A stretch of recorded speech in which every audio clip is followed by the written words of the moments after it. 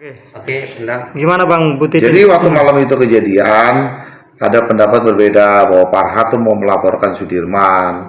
Lalu Bu Titin keberatan dengan melaporkan Sudirman. Alasan Bu Titin kenapa? Bahwa Sudirman tuh wajib dibela. Karena Sudirman tuh anak idiot, masih di dalam gitu loh. Masih di dalam. Itulah. Karena Bu Titin itu menjadi dua pengacara. Baik pengacara Sudirman dengan pengacara Saka. Nah, karena pengacara kita yang berkumpul untuk membela Saka banyak, setiap hari berkumpul, ya pendapatnya berbeda-beda lah, pendapatnya berbeda-beda. Tapi kemarin alasan kita kan, saya coba mediasikan pertemuan antara Farhat dengan Bu Titin dan sudah mencair. Lalu saya bisa mengerti kenapa Bu Titin sampai saat ini masih membela Sudirman. Ya mungkin lebih jelasnya Bu Titin bisa ceritakan kenapa nih Bu Titin nih. Ya Bu, boleh Bu. Ya karena kan sebetulnya 7 yang ditangkap ini kan ditangkap secara bersama-sama di tempat yang sama. Hanya informasi dari orang Dede dan Aib itu yang memberikan informasi kepada penangkap.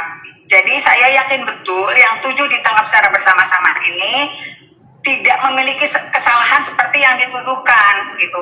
Hanya kebetulan saya pegang 2, Saka dan Sudirman. Dari awal saya tahu betul lah penderitaan yang 7 orang itu tahu betul. Makanya ketika ada perbedaan pendapat kalau Sudirman rencananya dilaporkan, saya tidak setuju. Karena mereka sama-sama diintimidasi, mereka sama-sama mengalami penyiksaan. Hanya kalau Sudirman kan memang secara tingkat kecerdasan sangat rendah. Jadi mungkin itu Sudirman orang pertama yang mengakui karena tidak kuat dengan intimidasi yang dilakukan oleh kepolisian seperti yang disampaikan Saka. Tetapi faktanya di persidangan itu Bapak Rudiana sebagai saksi mengatakan yang pertama kali mengakui itu adalah Jaya. Gitu. Jadi memang ada perbedaan fakta. Kalau Saka mungkin mendengar waktu itu di kepolisian, tapi di persidangan justru Jaya yang mengakui pertama kali karena waktu itu Aib tuh menjelaskan Jaya memakai tensoplas. Jadi kelihatannya saksi yang melakukan penangkapan meyakini Jaya. Caranya seperti apa ya? Seperti dia jelaskan oleh Saka, ada penyiksaan, ada intimidasi, mereka tidak tahan dengan penyiksaan yang terjadi gitu. Nah memang beberapa karena saya juga Mas Farhat sama Mas Krisna Bukti memang baru juga bergabung dengan saya, memang belum semua berkas saya berikan karena kan saya juga harus memilah-milah mana yang berkas Saka, mana yang berkas Sudirman gitu. Jadi memang ada hal yang saya belum sempat distribusikan, masalahnya di mana gitu. Jadi setelah kemarin bertemu saya distribusikan semua, barulah Mas Krisna dan Mas Farhat itu paham sebetulnya ada kondisi-kondisi yang memang saya nggak sanggup bilang. Karena apa? Saya kan pengacara kampung. Kalau saya buka semuanya, saya khawatir gitu. Saya khawatir tidak dipercaya. Makanya sekarang semua berkas sudah saya serahkan ke Mas Farhat dan Mas Krisna. Hanya memang ada satu lagi berkas yang belum, dokumen yang belum saya berani kasih. Dan itu akan menjelaskan secara nyata apa sih sebetulnya persoalan yang terjadi. Itu aja Mas ya. Maksudnya persoalan seperti apa ya kalau boleh tahu Bu, lebih konkretnya ya? Karena saya yakin peristiwa yang terjadi itu tidak sedramatisir yang di dalam tuntutan, seolah terjadi pembunuhan, pemerkosaan, dikejar dengan cara seperti itu, 2 korban itu diperlakukan yang tidak manusiawi, tidak seperti itu. Saya punya dokumen-dokumennya, tapi memang belum saya distribusibusikan, gitu Mas. Masih ada rahasia besar. Pada saat di balik ini masih ada rahasia besar yang belum diungkapkan oleh Bu Titin. Belum diungkapkan oleh Bu Titin, tunggu waktunya. Tapi di persidangan pernah disampaikan nggak diungkapkan Bu Titin? Belum. Nanti, pada saat persidangan sudah disampaikan? belum pernah, saya waktu itu mungkin Mas Krisna sudah paham lah, saya sudah sampaikan proses persidangan. Mangga ditanyakan aja ke Mas Krisna, apa sih yang membuat saya tidak yakin kalau saya melakukan PK saat itu, apa sih yang itu? Mas Krisna mungkin bisa menjelaskan ya. Sudah, oke Bu Titin. Udah saya sampaikan bahwa Ibu Titin memorinya aja diberikan, registernya ada, tanda terima jelas dari pengadilan nggak diberangkatkan. Udah saya bilangin Bu. Ya, nah itu makanya karena beberapa hal seperti itu saya tidak berani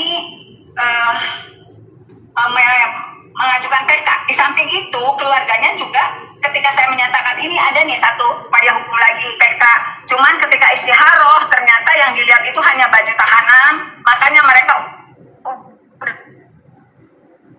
dan apa sebabnya saya juga tidak mengambil putusan PK gitu, karena memang sudah sangat kecewa dengan beberapa hal yang terjadi sebelumnya. Itu Mas. Oke, Bu Titin, satu lagi. Artinya Bu Titin masih mempunyai satu berkas dokumen yang belum pernah ditunjukkan di persidangan maupun di media, di publik. Oke, Bu Titin, artinya dan dokumen itu sudah saya simpan lama banget. Oke. Artinya Di tempat rahasia, Bu ya, Titin simpan. Bu Titin tadi sempat bilang bahwa semua yang persoalan itu adalah terlalu dilebih-lebihkan dan didramatisir. Artinya Bu Titin masih meyakini bahwa kejadian itu adalah kecelakaan, Bu Titin. Saya yakin banget Mas, saya yakin banget itu tidak ada pembunuhan dan pemerkosaan seperti yang berada dalam tuntutan. Saya yakin banget sesuai dengan fakta yang saya miliki, sesuai dengan dokumen yang saya punya yang belum sempat saya kemukakan kemanapun gitu Mas. Oke, artinya masih meyakini. Kalau ada jaminan dari petinggi negeri ini menjamin bahwa keamanan Bu Titin benar-benar terjamin dan betul-betul ini Bu Titin akan buka itu dan itu menjadi rahasia hidupnya Bu Titin sampai hari ini. Bu Titin artinya masih meyakini itu bahwa peristiwa itu adalah kecelakaan, Bu Titin ya? Ya, saya sih meyakini itu Mas. Tapi bagaimana dengan bukti visum, artinya ada sperma yang tertinggal di alat vitalnya Vina? Apakah itu diduga? Silakan Mas, ini Mas, itu silakan kepada ahlinya. Kan hasil visumnya jelas tanggal berapanya, silakan kepada ahlinya ditanyakan. Itu saya nggak bisa komentar masalah itu, silakan masalah hasil visum yang ada sperma itu dilihat tanggal berapa itu hasil visumnya Mas ya. Dan sampai saat ini baik penyidik jaksa penuntut umum tidak bisa membuktikan adanya sidik jari ya Bu ya? Kalau nggak salah begitu ya Bu ya? Iya, tidak. Nggak ada sidik jarinya. Jauh-jauh sidik jari. Jauh-jauh sidik jari. Saya minta rekaman CCTV pada sidang tanggal 17 Februari 2017 aja memang tidak bisa dibuktikan dengan alasan CCTV gelap. Kemudian juga tidak ada ahli yang bisa membuka CCTV itu Mas. Padahal di jalur itu memang banyak CCTV. Di jalur antara Jalan Perjuangan sampai flyover Palu, apalagi sidik jari. Kalau dokumen yang Bu Titin punya itu akan menjawab semuanya itu sebenarnya. Itu masih dipegang itu oleh Bu Titin. Itu akan menjawab semuanya. Tidak ada pembunuhan dan pemerkosaan seperti yang disampaikan dalam tuntutan. Tuh, jelas ya. Itulah sebabnya saya jelas tuh.